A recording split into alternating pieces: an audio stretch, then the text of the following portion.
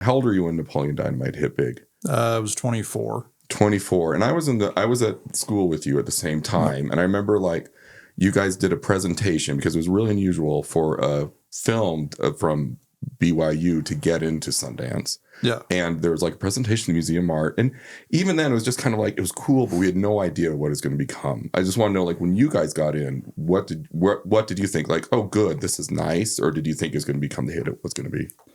I mean, definitely no one thought it was going to be the hit it was going to be. I mean, the dream was always to go to Sundance to get it submitted. That was like that's why we shot that summer. Like my whole plan the goal was Sundance. Yeah, the goal was Sundance because I had gone, so like when I was in BYU the first year, I was like, I did not like being in Utah. I was from Texas and I had a chip on my shoulder, but I was like, oh, but I can go to Sundance every year. Mm-hmm. So every year at school, I was starting with my freshman year, I would just take a week off school and go to Sundance. I did the same. Yeah. And so, I mean, I kind of got the system down and like got to meet people and do stuff, but I was just like, oh, well, if you're going to make an independent film, that's the best launching pad for it. So it was like 2003.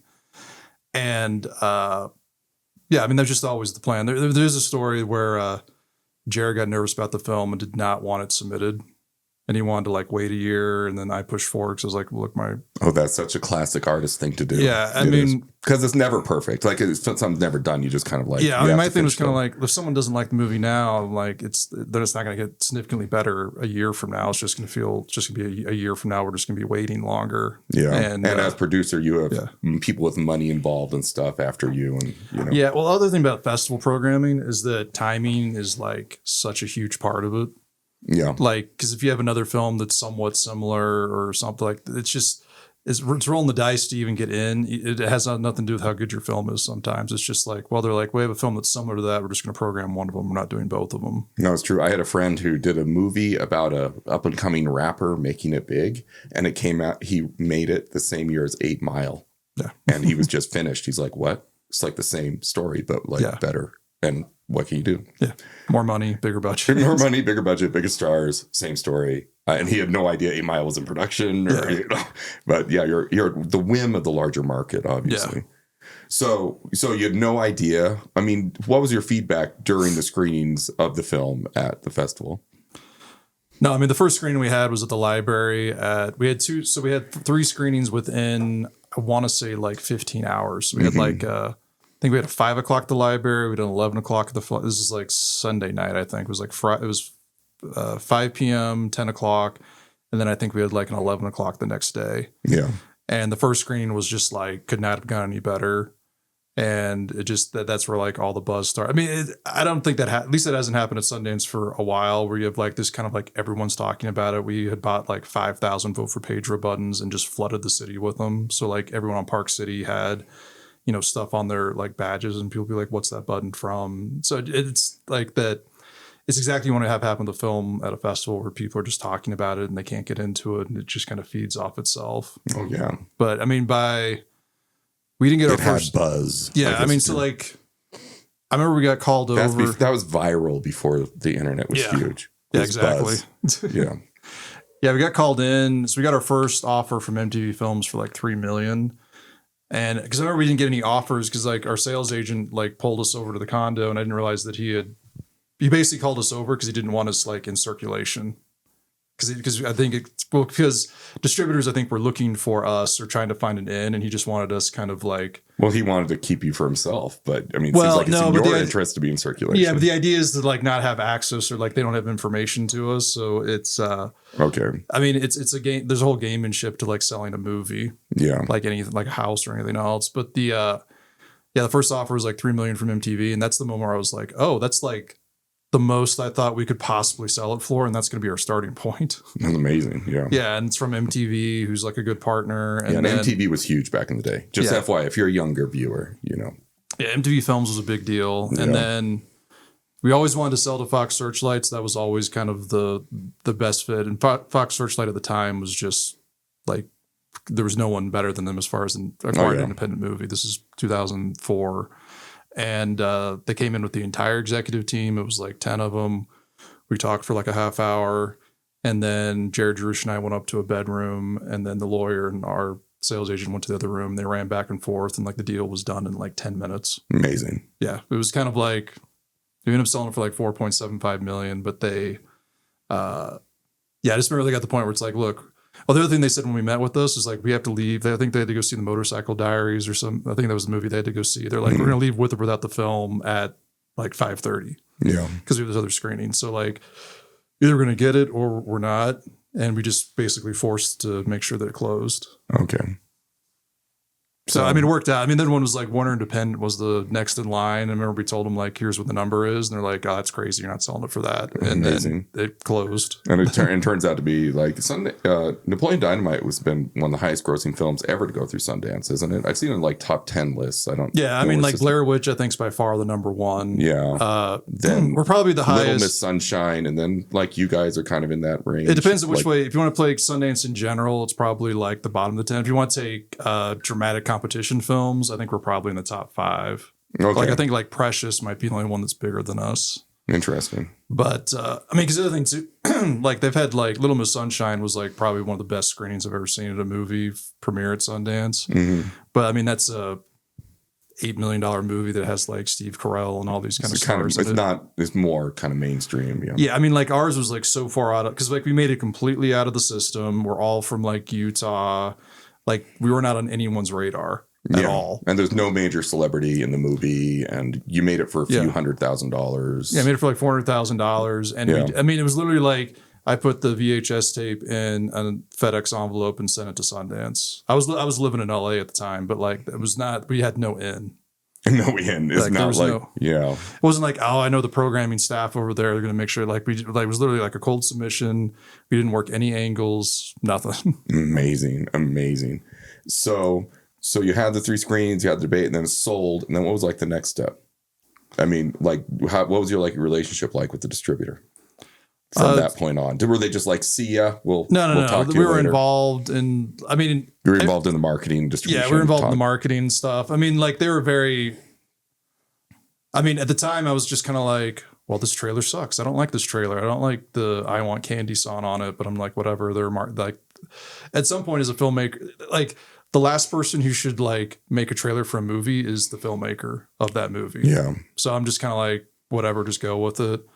But I mean, they were great. I mean, Searchlight's main strength at that time was marketing and finding that market. Mm-hmm. So like they partnered with MTV and just like, I mean, the other thing, like the film was not, it wasn't like it got released and was like a huge hit from the get-go. Like they had to sit with it for like 3 or 4 weeks until it kind of caught fire. Cause like, I think we opened in 6 screens and did like 120,000, which is okay, but it doesn't, the writing was not like this film's going to gross $45 million. Like that was not like they were very, I mean, they played in theaters for like almost a year, which even then was not normal. Yeah. Well, that was amazing. Today it would open on 6 screens and put on Hulu. Be put on streaming. That's what happened.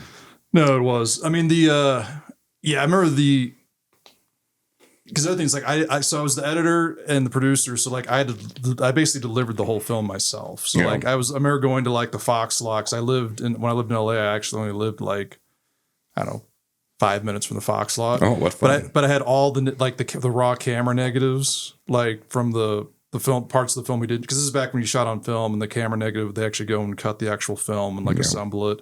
So all the stuff we didn't use in the film, I had like 40 boxes of just film negative that Fox wanted.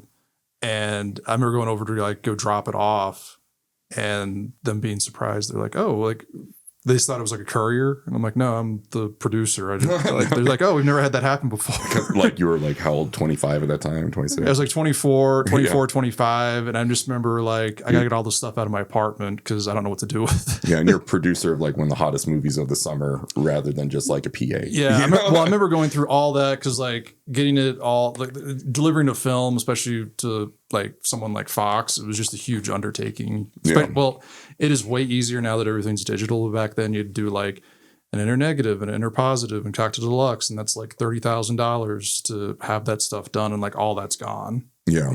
But I remember I had just finished it up. For me, from my perspective, like I had started like, I don't know, it was probably like March of 2023 to like March of 2024 where we delivered it, and I was just like exhausted because like I had it was just like And this is your editor. Like, were you still doing edits and stuff at that point? Yeah, like well, fine tuning it a bit, or no, the film is exactly what it was. was it this festival, the screen? Yeah, I mean, what they had us do is they asked us to shoot a title sequence, which Aaron Rule, the guy that plays Kip, designed, that we shot in our Mun Powell's basement, our DP up in Salt It's Lake. such a great one. It's one of the best titles in cinema history, I feel. Yeah.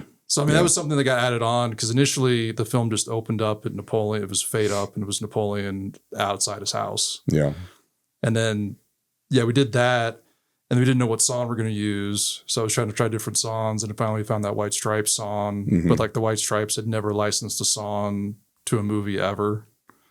And we're going through it. And we'd already locked picture on the title sequence. So in like the White Stripes, eventually we sent a videotape to Jack White. He watched it and like loved it, invited his friends over, watched it, and then called like his lawyer and just like, make this happen. I don't care. So we ended up paying like, yeah, I think Fox ended up paying for it, but like it was like a third of what it probably could have sold for at the time.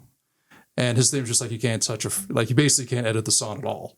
Okay. So that's why like the timing's a little off where especially at the very end, we're just like, we're just going to go with it. No one's going to care. It's a perfect song. Yeah. And yeah, I remember we finished that and I got called in. Our executive at Fox called me in and they're just like, because the film had opened. Yeah, I think the film had opened and this is like June. Mm-hmm. They're like, we want to have like a bonus scene to put at the end. We'd like to have like Kip and LaFonda get married and have this bonus scene at the end of the credits. And in my mind, I was like, I'm done. I'm tired. Like, I don't want, last thing I want to go do is like, and they're like, we had this done in like it was like 3.5 weeks. Yeah. To basically like have a script written, go out to Idaho, shoot this, have it edited, go through all post-production, and then have it on the tail end of like film prints. Yeah. Which was like, digitally it'd be way easier now, but like back then, like basically like 2 weeks of that is just like post. Yeah. Like getting things done. So, I mean, I submitted a budget for like $200,000 thinking like, they're not going to say yes to this because they end up saying fine, yes to it. And then, well, that's like a one-day commercial in LA. You know, I was dumb. I should have asked for like $500,000. I mean, yeah, and then paid yourself a $20,000 day rate. Yeah, but it was like a 2-day shoot. Like we flew out to Idaho. We did like it was a 2-day shoot. We had to go back because Tina, who plays Deb, wasn't available, so we had to go back and shoot all her stuff like a different day.